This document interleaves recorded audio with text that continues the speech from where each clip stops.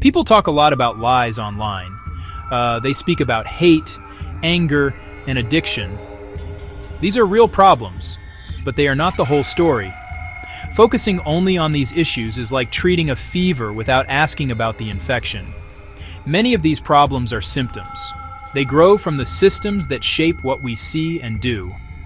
These systems are machines, codes, and rules. They are the new, invisible infrastructure of our world. They are the digital pipes and roads that carry information, an infrastructure now more powerful than the concrete and steel we can see. We are told to fight misinformation with fact-checking and to manage our screen time to curb addiction. This advice places the burden on the individual. It suggests the problem is discipline or education, but the deeper cause is often platform design, engineered to capture attention and sell it to advertisers. This pushes content that keeps us watching. Lies can spread faster than truth. It can pull people into spirals of anger and fear. We stay online for hours, not because we are weak, but because the system is strong. Addiction is not only a personal fault. Addiction is architecture. Polarization is not just a fight between political groups. Algorithms sort people into groups. They sort based on what we like and based on what we fear. The sorting mechanism makes each group see only certain views, reinforcing their beliefs. Over time, these groups grow further apart, unable to understand one another. The machine makes the gap larger. Misinformation is not only about wrong facts. It is a product of a system that rewards shock, conflict, and emotional extremes, because those things hold our gaze the longest. By 2030, these systems will become even more powerful. They will move from shaping our opinions to making critical decisions. Machines will help decide who gets a loan, who receives medical care, and who goes to jail. This will change how we live in profound ways. The debate must shift. We will no longer just ask if a social media app is fair or if a news story is true. We will have to ask who controls the system that decides matters of life, money, and fundamental rights. We must look past the symptoms and start examining the system itself, the very foundation upon which our digital society is being built.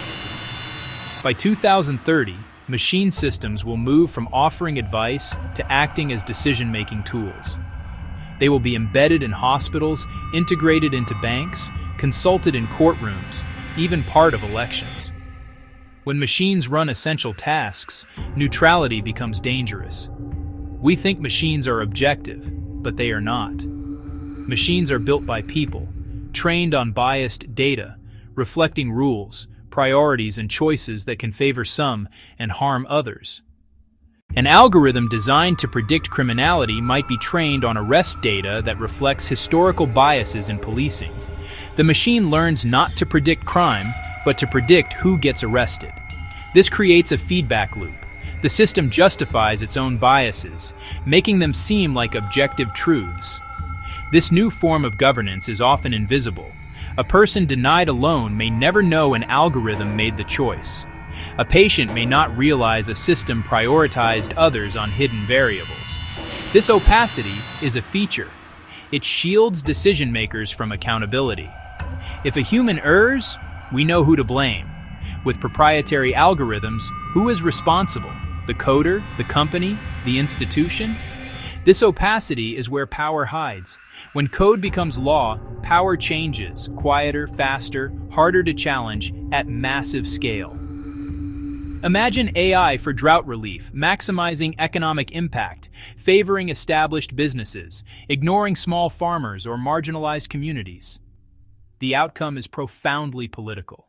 The belief that an artificial intelligence can be a neutral arbiter is powerful and misleading. A real-world case study from Albania illustrates this danger.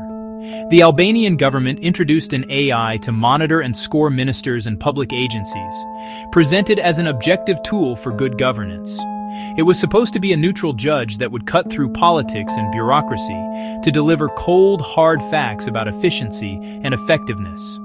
Citizens and international observers were told this would usher in transparency and accountability. Many believed in the promise, but the reality was different. The AI was not neutral. Its rules and prioritized data aligned with the governing party's strategy. It measured what the party wanted, rewarded preferred behaviors, scored loyal agencies higher, others lower. A political tool disguised as a technical one. Investigations uncovered that success metrics were proxies for loyalty. The illusion of neutrality shattered. Trust in modernization fell. The neutrality paradox shows the more we believe in objectivity, the more vulnerable we are to hidden biases. There is no such thing as a neutral algorithm. We can see the quiet transition of AI into core institutions right now, and by 2030, its role will be undeniable. This is not a distant sci-fi future. It is an extension of today's trends. Efficiency masks a deeper shift in power and control. Automated systems are moving from the periphery to the center of our lives, making decisions once reserved for judgment and empathy. In healthcare, AI aids diagnosis today, but by 2030, it may help manage resources, even decide urgent care access in crises. If data is biased against the elderly or chronically ill, those groups may receive less care. Lives will be affected by coded choices. In finance, scoring is old, but by 2030, more money decisions will be automated. Interest rates, insurance premiums, and market strategies. People may be denied credit by models no human fully understands. Financial exclusion at scale with no clear appeal. Courts use AI for research today. By 2030, tools may recommend sentences, calculate recidivism, and guide strategy, risking automated repetition of past bias. If people believe machines, not judges, do the real work, public trust will erode. Our vulnerable digital infrastructure creates openings for information terrorism, the weaponization of systems to degrade trust and inflict systemic harm. This is not about fake posts or bombs and bullets, but biased data and weaponized code, making healthcare, finance, and justice feel rigged. A hostile state or domestic group can manipulate datasets or promote biased systems. They run quietly until discovery triggers a catastrophic loss of trust. People fear every hospital is compromised, banks are rigged, courts target them. Turning citizens against their own society is the goal. 2030 is a convergence window. Climate stress, economic precarity, and legitimacy crises collide with brittle automated systems. The path we are on leads to fragile trust, but it is not inevitable. Shift focus from content and conduct to infrastructure, power, and governance. Demand radical transparency and public audits. Build due process and accountability in. Invest in resilient physical infrastructure and open democratic AI. Ask, who owns the data? Who writes the rules? Who profits? 2030 can be a year of danger or a year of change. The choice is ours, but the time to act is now.